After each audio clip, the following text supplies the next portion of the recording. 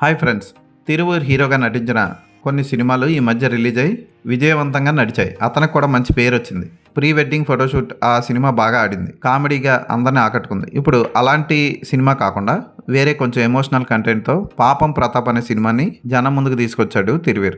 ఈ సినిమా ఎలా ఉందో ఇప్పుడు చూద్దాం. ఇది కూడా పీరియాడిక్ కథ. 1994లో జరుగుతూ ఉంటుంది. ప్రతాప్ చిన్నప్పటి నుంచి బుజ్జమ్మ అనే అమ్మాయిని లవ్ చేస్తూ ఉంటాడు. అయితే ఇద్దరు పెళ్లి చేసుకున్న తర్వాత 3 రాత్రులు జరిగిన తర్వాత బుజ్జమ్మ ప్రతాప్ మీద పంచాయతీ పెడుతుంది.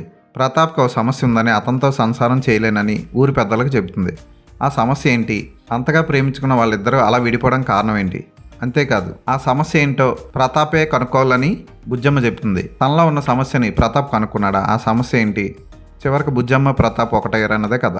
దర్శకుడు ఎస్పి దుర్గా నరేష్ ఈ సినిమాని బాగానే తెరకెక్కించాడు. కొన్ని ఎమోషనల్ సన్నివేశాలతో ఈ సినిమాని తెరకెక్కించాడు. ఆయన ఎంచుకున్న పాయింట్ చిన్నది. పల్లెటూరులో ఈ సినిమాని తీయడం వల్ల చూడడానికి చాలా ముచ్చటగా అనిపిస్తుంది. అక్కడక్కడ లాజిక్లెస్గా అనిపిస్తుంది, కానీ పర్వాలేదు. ఎమోషనల్గా కనెక్ట్ అవుతాం ఈ సినిమాకి. ముఖ్యంగా అజయ్ ఘోష్ తండ్రి పాత్ర చాలా బాగా చేశారు. ఆయనకి ఇంకా మంచి పాత్రలు రావాలి, మంచి నటుడు ఆయనకి ఇంకా మంచి పాత్రలు రావాలి అనిపిస్తుంది. ఆయన ప్రతి సినిమాలో బాగా చేస్తాడు. కామెడీ చేయగలడు, యాక్షన్ చేయగలడు, విలనిజం పండించగలడు. అంటే ఈయన హోల్సమ్ నటుడు అనమాట. అలాంటి ఆయనకి ఇంకా సినిమాల్లో మంచి పాత్రలు ఎందుకు రావట్లేదో అర్థం కావట్లేదు.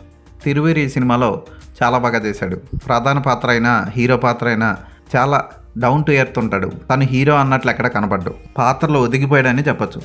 హీరోయిన్ కూడా బాగా చేసింది. రాశి కూడా చూడడానికి పర్వాలేదు, తల్లి పాత్రలో ఓకే అనిపించింది. అప్పుడు ఎప్పుడో గోదావరి సినిమాకి మ్యూజిక్ అందించిన కేఎం రాధాకృష్ణన్ కృష్ణవంశీ చందమామ తర్వాత మళ్ళీ కనపడకుండా పోయారు. ఇప్పుడు ఈ సినిమాతో మళ్ళీ బ్యాక్ వచ్చి పర్వాలేదు అనిపించే పాటలు ఇచ్చారు. ఫోటోగ్రఫీ పర్వాలేదు అనిపిస్తుంది. ఆర్ట్ డైరెక్షన్ బాగుంది. లో బడ్జెట్ అయినా బాగా తీశారు. ఈ సినిమాని ఫ్యామిలీతో కలిసి చూడొచ్చు. అడల్ట్ సినిమా కాదు ఇది. మీరు అనుకున్న సమస్య అయితే కాదు. మంచి సినిమా, తప్పకుండా చూడండి. క్లైమాక్స్ కూడా ఆకట్టుకుంటుంది. ఈ సినిమాకి నేను ఇచ్చే రేటింగ్ 3/5.